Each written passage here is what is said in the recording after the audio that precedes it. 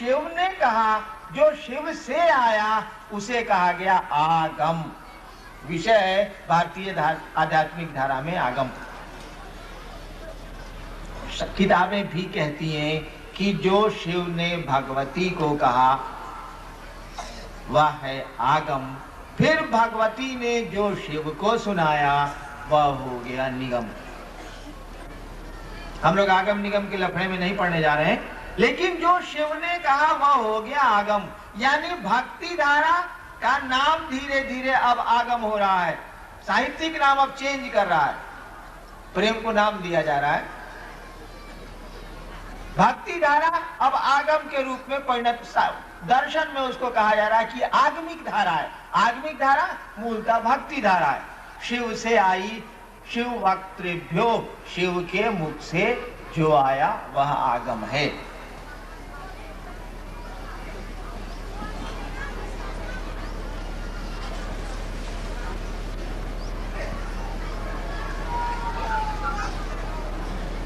जो शिव की पूजा की परंपरा धीरे धीरे इधर आई, वैदिक काल में आई,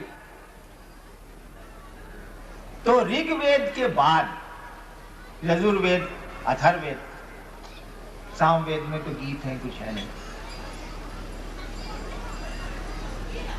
यजुर्वेद और अथर्ववेद के पीरियड में शिव से जुड़ी हुई शक्ति धीरे धीरे स्वतंत्र रूप में निखरने लगी है।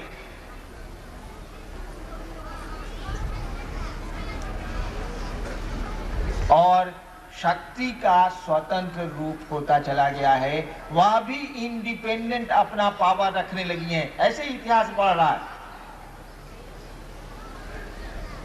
ऋग्वेद में एक देवी का नाम आया है, यजुर्वेद में उसी देवी को कहा गया है, और शिव से जुड़ी एक देवी का नाम आया। यजुर्वेद में फिर एक देवी का नाम आता है, कहा जाता है कि ये शिव की भगिनी है, बहन है। फिर बाद में उनको उनकी पत्नी मान लिया गया है। लेकिन ये शक्ति का जो स्वरूप है स्वतंत्र रूप से निखर रहा है।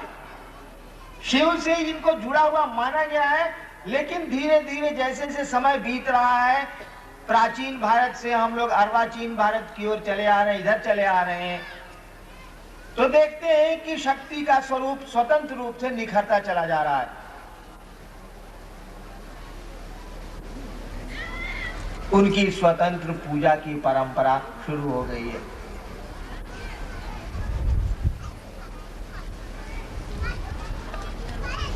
धीरे धीरे क्या हुआ कि सक्षम गुरुओं की कमी होने लगी।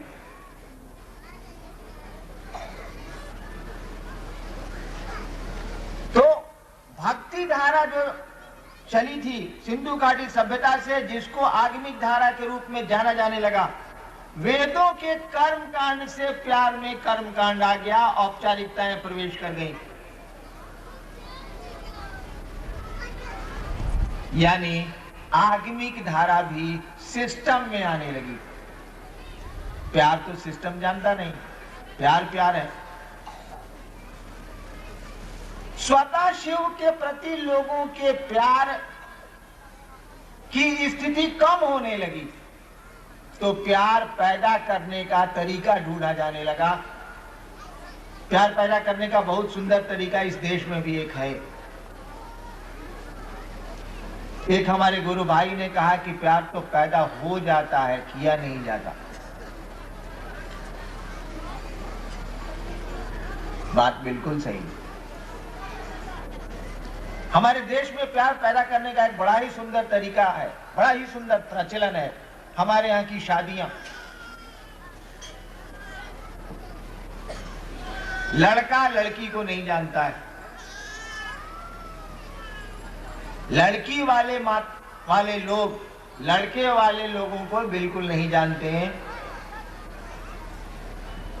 वार्ता चलती है, कथा वार्ता होती है। मिथिला में कहा जाता है कथा। मैं जब मधेपुरा में था तो मैंने इस शब्द को जाना। कथा छई, इसका मन है कि ब्याह शादी का गौप है नहीं।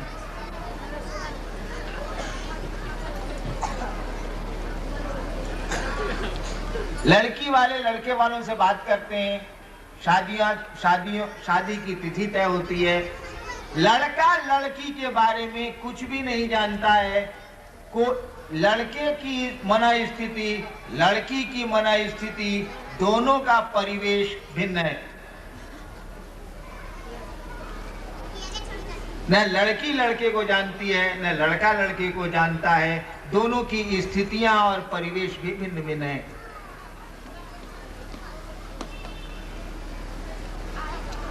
माँ बाप दोनों को शादी के माध्यम से जोड़ देते हैं।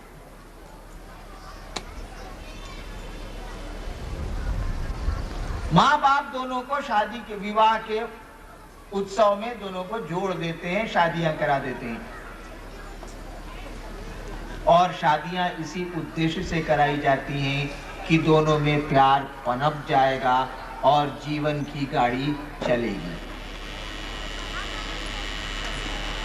और चलती है। ढेर सारे भाई यहाँ बैठे हैं, उनको यह चिंता सता रही होगी कि हमारे मेहरारू कैसन बिया, देखो हम 4 घंटा से जब बैठल बनी। या हमारी माँ बहनें सोचती होंगी कि पति ऑफिस गए हैं, अब लौट के आएंगे, खाना खाना है, अब चलना चाहिए, दोपहर का समय बीत रहा है। देखिए, प्यार पनप गया, चिंता आपको सताने लगी, संवेदनाएं बढ़ने लगी, आप संवेदनशील होने लगे। शादी के माध्यम से प्यार पैदा कर दिया गया है और प्यार हो गया है। एक दिन तो लड़का लड़की को नहीं जानता था, लड़की लड़के को नहीं जानती थी, दोनों बिल्कुल एक दूसरे से अनजाने थे।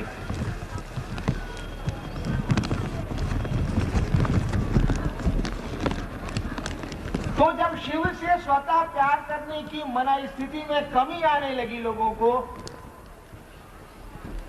इसमें सहारा दिया वेदों के कर्म कांड में। वह आगमिक धारा भी कर्म कांड की ओर बढ़ने लगी, बढ़ती गई और मध्ययुगीन भारत में आके 10वीं शताब्दी तक आते आते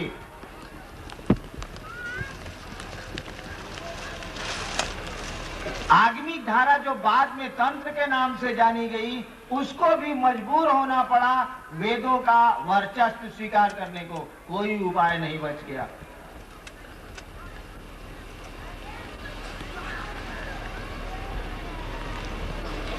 वह भक्ति धारा धीरे धीरे तंत्र के रूप में जानी गई और तंत्र में शक्ति की पूजा का बाहुल्य हुआ, उसकी प्रधानता बढ़ने लगी।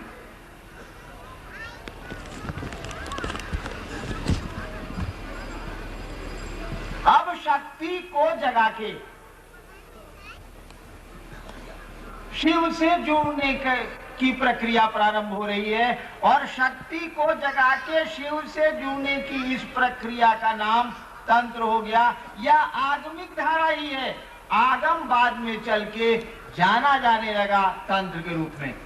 तीनों सभी चीजें एक ही हैं, भक्ति धारा, आगम और तंत्र एक ही जमीन पर पनपे हुए फूल हैं। ये अलग अलग चीजें नहीं है। ये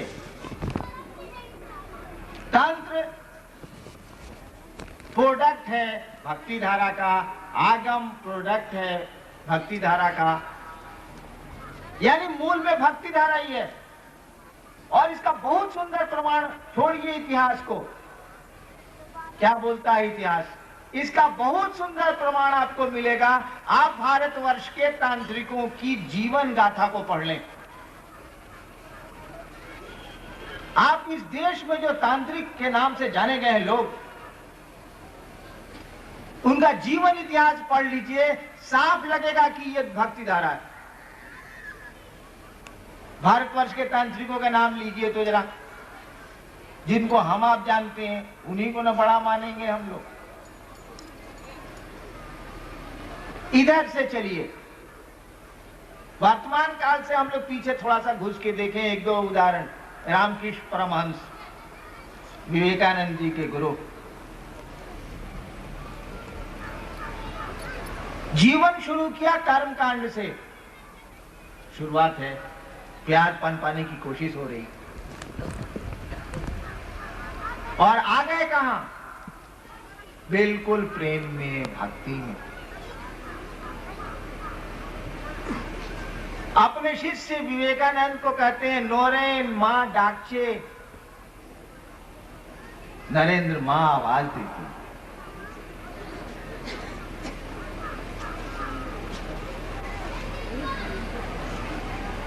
तांत्रिक की परिभाषा पहले मैं स्पष्ट कर दूं, शायद आप, तांत्रिक कहते किसको है?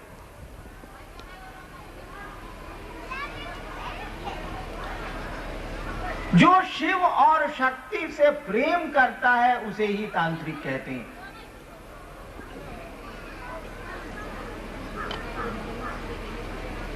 यह व्याख्या मैं बिल्कुल प्रमाणित दे रहा हूं, भारतवर्ष का कोई ग्रंथ इसको नहीं काटेगा।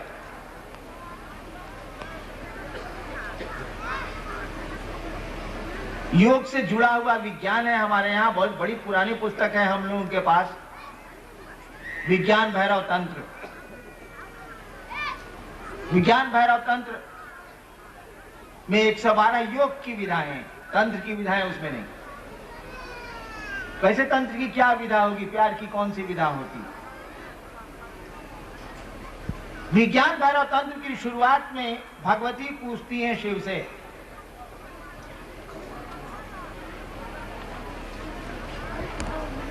कि तंत्र क्या है? हे शिव तंत्र क्या है? ओ लॉर्ड व्हाट इज तंत्र? हे शिव तंत्र क्या है? शिव कहते हैं कि हे पार्वती, तंत्र कुछ भी नहीं है, बस प्यार और समर्पण है। ओ देवी, लव, तंत्र is nothing but love and surrender. तांत्रिक उसे कहते हैं जो शिव और उनकी शक्ति से, उनकी इच्छा से, शक्तियां शिव की इच्छा है। तांत्रिक उसे कहते हैं जो शिव और शक्ति से प्यार करता है, प्रेम करता है।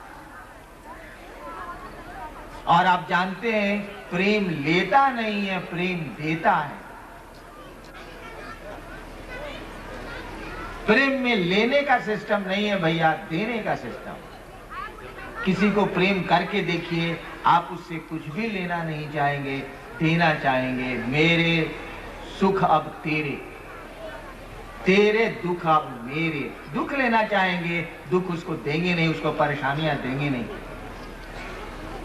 जो तुम आ जाते एक बार, कितनी खुशियां, कितने संदेश पथ में बिछ जाते, वन पराग गाता प्राणों का तार तार। देखिए प्रेम की स्थिति। तो जो शिव और शक्ति से प्रेम करते हैं, भारतवर्ष उन्हें तांत्रिक मानता रहा है, यही तांत्रिक की परिभाषा है। और इस परिभाषा के तहत हम जानते हैं कि रामकृष्ण परमहंस भगवती के, काली के बहुत बड़े भक्त थे। और देखिए उस तांत्रिक की मना स्थिति, नोरेन मां डाकचे।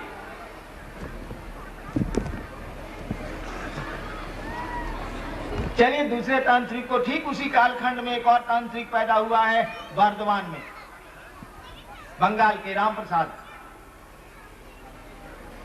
कमलाकांत पुजारी थे काली मंदिर वर्धमान के। वो बंगला में ढेर सारे गीत हैं कमलाकांत के।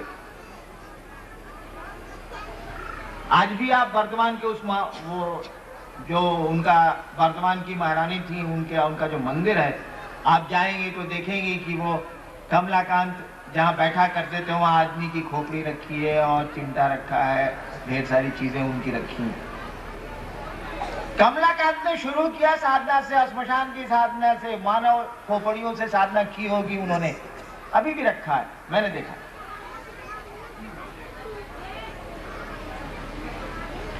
और कमलाकांत कहते क्या है?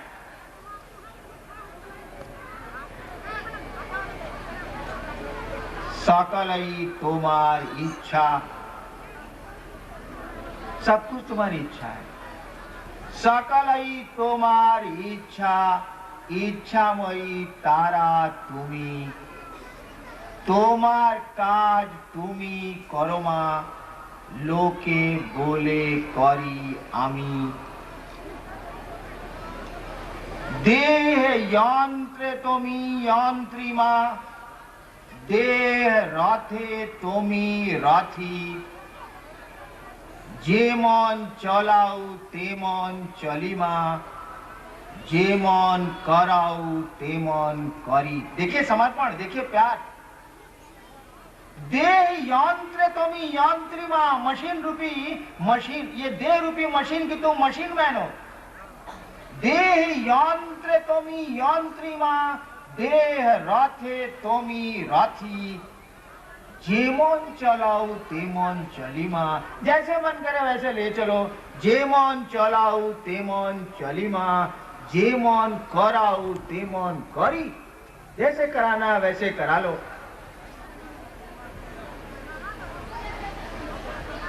देखिए यहाँ केवल प्रेम है और कुछ नहीं है।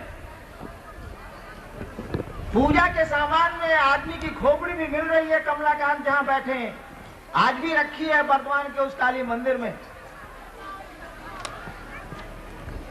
और कमलाकांत कह क्या रहे हैं? कह रहे कि लोके बोले कौरी आमी, लोग बोलते हैं कि मैं करता हूं, तोमार काज तुमी करो मां। हे मां, सारे काम तो तुम्हारे हैं, तुम करो। अरे लोग तो ऐसे ही बोलते हैं कि मैं करता हूं, मैं कहां करता हूं। देखिए प्यार और समर्पण।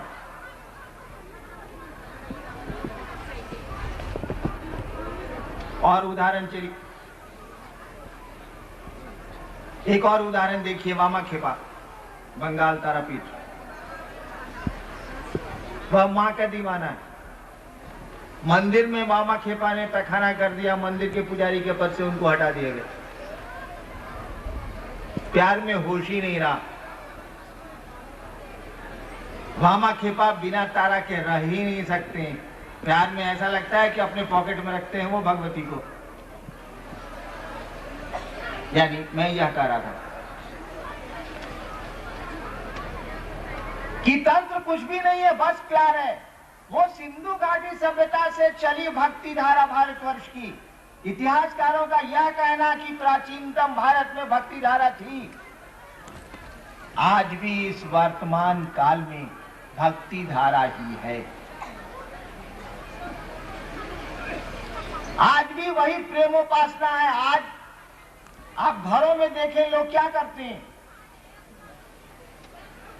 अगरबत्ती जलाया, प्रणाम किया, एक दो स्तुति गाली, देखिए वही प्रचलन है।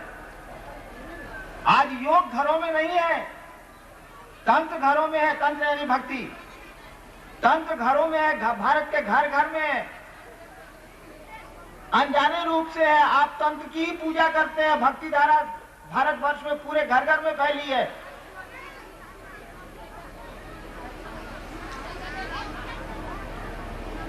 तंत्र और योग में कोई डिफरेंस नहीं, लेकिन शुरुआत में दोनों की विधा अलग अलग है।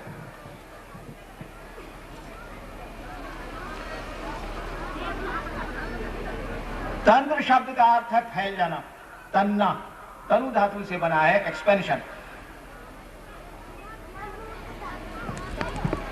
तंत्र शब्द का अर्थ है तन्ना, फैलाओ, इतना फैलाओ कि परमात्मा के मन के बराबर व्यक्ति का मन हो जाए, जीवात्मा का मन हो जाए। योग का भी यही अर्थ है, जुड़ जाना।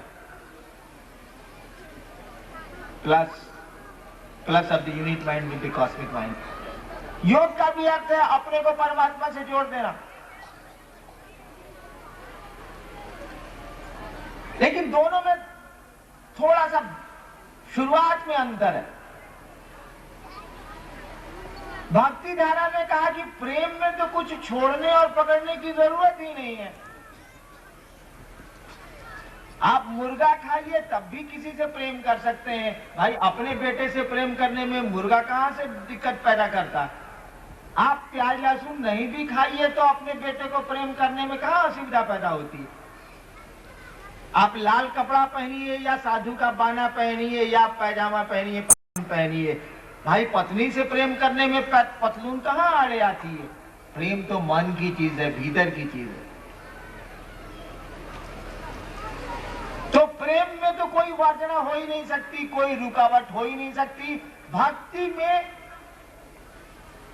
कोई रोक टोक है ही नहीं। भारतवर्ष की प्राचीनतम भक्ति धारा, जिसमें कि प्रेम की बात थी। सब जात धर्म को भी तंत्र नहीं माना है, भक्ति धारा ने भी नहीं माना है। हमारे यहाँ सूफी संत हुए हैं, इसी भक्ति धारा के वो सब सारे लोग हैं। मुंगेर में मैंने कही थी कहानी, या कहा वो हमारे बहुत महान सूफी संत हुए हैं मंसूर, जिन्होंने अनल हक कहा जाता है कि मंसूर एक बार बैठे थे, टोपी पहने बैठे थे। एक आवाज आई, वो खुदा की आवाज थी, रूहानी आवाज थी। वो मंसूर टोपी बेचेगा।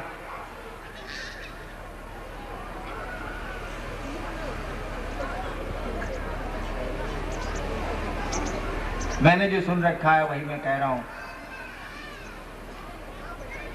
खुदा ने कहा मंसूर टोपी बेचेगा।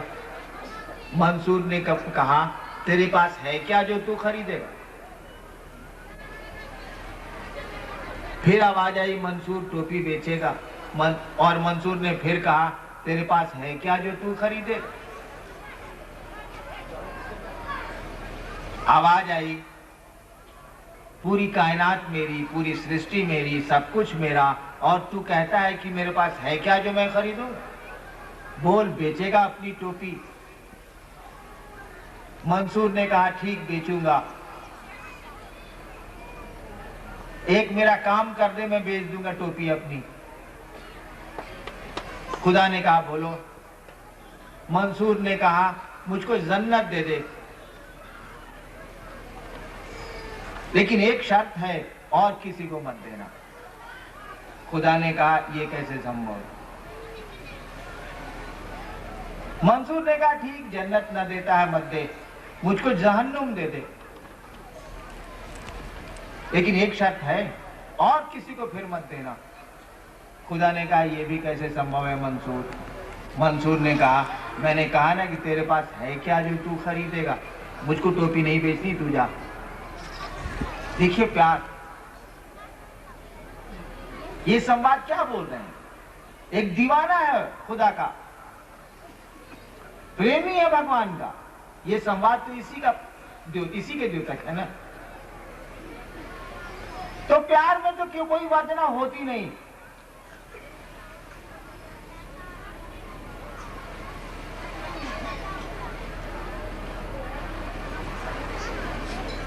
लेकिन पातंजल ऋषि के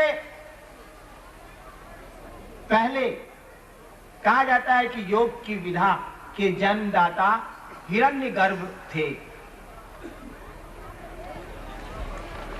महर्षि पातंजल ने उस योग को लिपिबद्ध किया, कोडिफाई किया।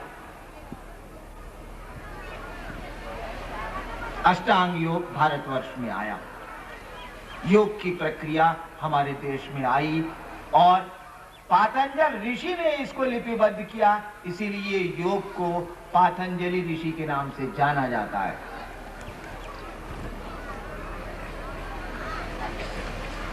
योग का पहला सिद्धांत बना कि भाई मन से परमात्मा को जुड़ना है। मन बहुत चंचल है, इसीलिए मन को नियंत्रित करो। चित्त वृत्ति निरोधा योगा। संस्कृत मुझको नहीं आती, सुधार कर लेंगे आप। चित्त वृत्तियों का निरोध योग है, यानी मन को कंट्रोल करो। ब्रह्मचर्य करो, अस्तेय करो, अपरिग्रह करो, यम नियम जो है उसके 10। योग ने शुरू किया कि अब तुम अपने मन पर नियंत्रण करो। प्याज लहसुन मत खाओ, क्योंकि पचने में गरिष्ठ होता है, 48 घंटे में पचता है, और यह मन को विचलित करेगा। कहा कि भोजन पर नियंत्रण करो। गरिष्ठ भोजन शरीर में प्रभाव अपना डालते हैं, और शरीर से मन जुड़ा हुआ है, इसीलिए मन भी प्रभावित होगा। संयमित जीवन के साथ चलो। योग ने शुरू किया कि चित्त वृत्तियों का निरोध करो, मन को नियंत्रित करो और तब परमात्मा से जुड़ो। मन को नियंत्रित करो और तब परमात्मा से जोड़ो। योग की विधा इस पर चली।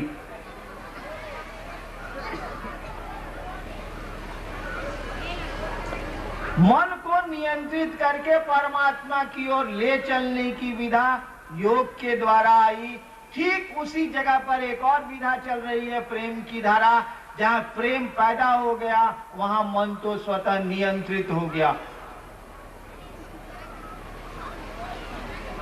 कई बार मैंने वो कहानी कही है कि एक साधु एक गांव के बाहर ठहरा था, बहुत दिनों से रह रहा था।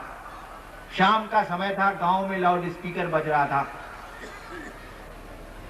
एक लड़का उस साधु के पास आया, कहा कि बाबा मेरा एक काम कर दीजिए। वह साधु अपने शिष्यों से बातें कर रहा था। साधु ने कहा बोलो बेटा क्या बात है। साधु उसको जानता था, गांव के बाहर रहता था, इसलिए सबको जानता था वो। साधु ने कहा बोलो बेटा क्या बात है। उस लड़के ने कहा बाबा ये जो माइक बज रहा है, ये जो लाउड स्पीकर गाना बज रहा है, वहां आज एक शादी होने वाली है। साधु ने कहा मुझको पता है, उसको भी निमंत्रण था, मुझको पता है। लड़के ने कहा कि बाबा इस शादी को रुकवा दीजिए। साधु ने कहा क्यों? कहा कि जिसकी शादी होने जा रही है उस लड़की से मैं प्रेम करता हूं, और अगर आज ये शादी हो गई बाबा तो सुबह मेरी लाश मिलेगी, मैं खुदकुशी कर लूंगा। साधु ने कहा देखो मैं उस लड़की को भी जानता हूं, तुमको भी जानता हूं, उससे सुंदर लड़की से मैं तुम्हारी शादी कराऊंगा, वादा मेरा। उससे अच्छे घर में तुम्हारी मैं शादी कराऊंगा, यह मेरा वादा रहा। तुम जाओ सो। अब तो शादी होने जा रही है, संभव ही नहीं। लड़के ने कहा बाबा अब क्या मेरी आप शादी कराएंगे, सुबह मेरे श्मशान मुझको ले जाने की आप तैयारी करिए। साधु ने अपने शिष्यों से कहा देखो इसे कहते हैं प्यार। उस लड़की से इसको प्यार है और यह अपना जीवन समर्पित करने जा रहा है।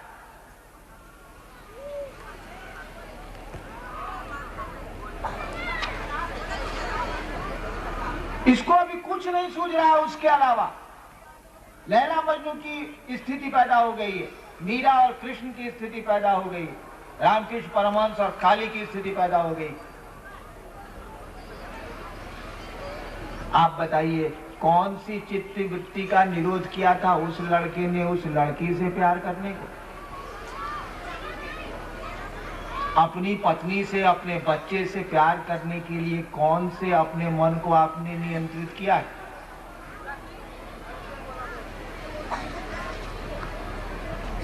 भारतवर्ष में प्राचीनतम काल से चली आ रही यह विधा प्रेम की, इसने वर्जनाओं को नहीं माना, कहा जो है सो ठीक है, परमात्मा से प्यार करो।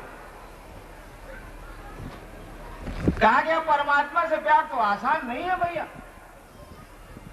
वह परमात्मा तो जगत के आकर्षण के चलते ही जीवात्मा बना है, तो जगत का आकर्षण तो स्वाभाविक है। धरती तो बढ़िया लगबे करेगी, इसमें आदमी का दोष थोड़े ही है। परमात्मा से प्यार आसान नहीं है। तंत्र ने कहा बढ़िया गुरु के पास चले जाओ, सिद्ध गुरु की शरण में जाना, तभी इधर आना। क्यों इधर सिद्ध गुरु की शरण के बिना इधर नहीं आना? क्योंकि यह कुछ रोकता ही नहीं है, जीवन के अस्तित्ववाद में चलता है। प्रेम तो जीवन के अस्तित्ववाद से शुरू होता है। तंत्र प्रेम की ही धारा रही है, तंत्र प्रेम का ही बाद में नाम हुआ है, भक्ति धारा का ही ऑफशूट है, ये उसी का ब्रांच है, उसी की टहनी है ये।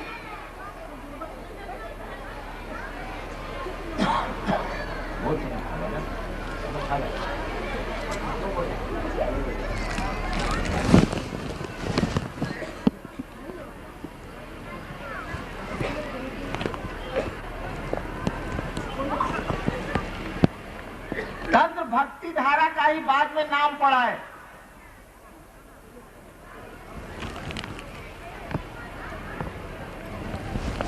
संत ने कहा कि ये तो जीवन के अस्तित्ववाद से शुरू होता है, प्रेम तो जीवन के अस्तित्ववाद से शुरू होता है। प्रेम में जीवन के अस्तित्ववाद से वासनाओं को लाने की आवश्यकता कहाँ है? प्रेम तो पैदा होता है, प्रेम लेके हम पैदा होते हैं। बड़ी सुंदर विधा ये चली हमारे यहाँ। कहा कि प्रेम तो तुम्हारे पास है ही, इसके लिए कुछ सीखने तो जाना नहीं है। किसी माँ ने किसी से नहीं पूछा कि अपने बच्चे को वो कैसे प्यार करेगी। किसी पति ने किसी से नहीं पूछा कि वो अपनी पत्नी को कैसे प्यार करेगा। किसी पत्नी ने किसी से नहीं पूछा कि वह अपने पति को कैसे प्यार करेगी। यह तो जन्मजात है, कॉन्जेनाइटल लेके आदमी पैदा होता है। जैसे भय साथ पैदा होता है, प्रेम भी साथ पैदा होता है। भय, प्रेम ये सब मनोज वृत्तियां हैं, मन के साथ ही पैदा होती हैं, जन्मती हैं।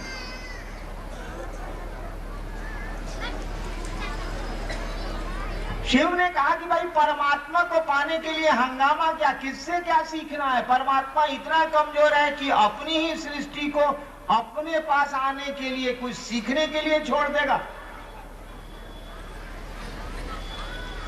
शिव से आई हुई विधा ने कहा कि प्रेम तो तुम्हारे पास है, सीखने कहाँ जाना है? प्रेम तो तुम करते ही हो। ठीक है, शिव से नहीं करते, परमात्मा से नहीं करते, अपने संसार अपनी दुनिया से तो करते हो। बस उसी प्रेम को मोड़ दो परमात्मा की ओर।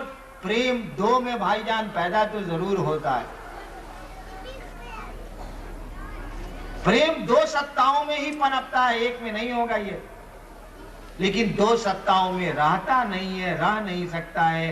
प्रेम दो सत्ताओं को एक करता है। दो में पैदा होके दो में रहता नहीं है, रह ही नहीं सकता है ये। प्रेम गली अति सांकरी जामे दो न समाए। प्रेम की गली बड़ी पतली है, जिसमें दो नहीं आते, एक आता है, लेकिन पैदा होता है दो में।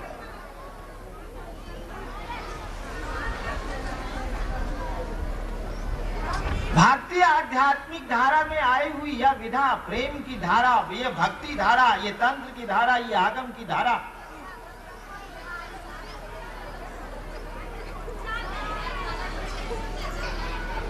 बाद में शाखाओं में बदली है, चीज तो वही है। इसके मूल स्रोत पर आप जाएंगे तो देखेंगे कि जो एक एक मनुष्य को सहजता से उपलब्ध है, जो चीज प्रेम की, प्यार की स्थिति, एक एक मनुष्य को प्यार करने आता है। कहा गया कि आपको तो प्यार करने आता ही है, शिव से प्यार करिए ना। शिव से जैसे प्यार करिएगा, यह प्यार दो सत्ताओं को एक कर देगा। इसके लिए कहा जाना है, सबके पास तो है ही ये हुनर, ये कला तो सबको आती, किसी से कोई नहीं सीखता। और जब भी किसी विशेष पद्धति को आप लागू करेंगे कि इस विशेष पद्धति से परमात्मा मिलेगा, तो हो सकता है कुछ लोग उस विशेष परिस्थिति, विशेष पद्धति के अनुकूल नहीं हो।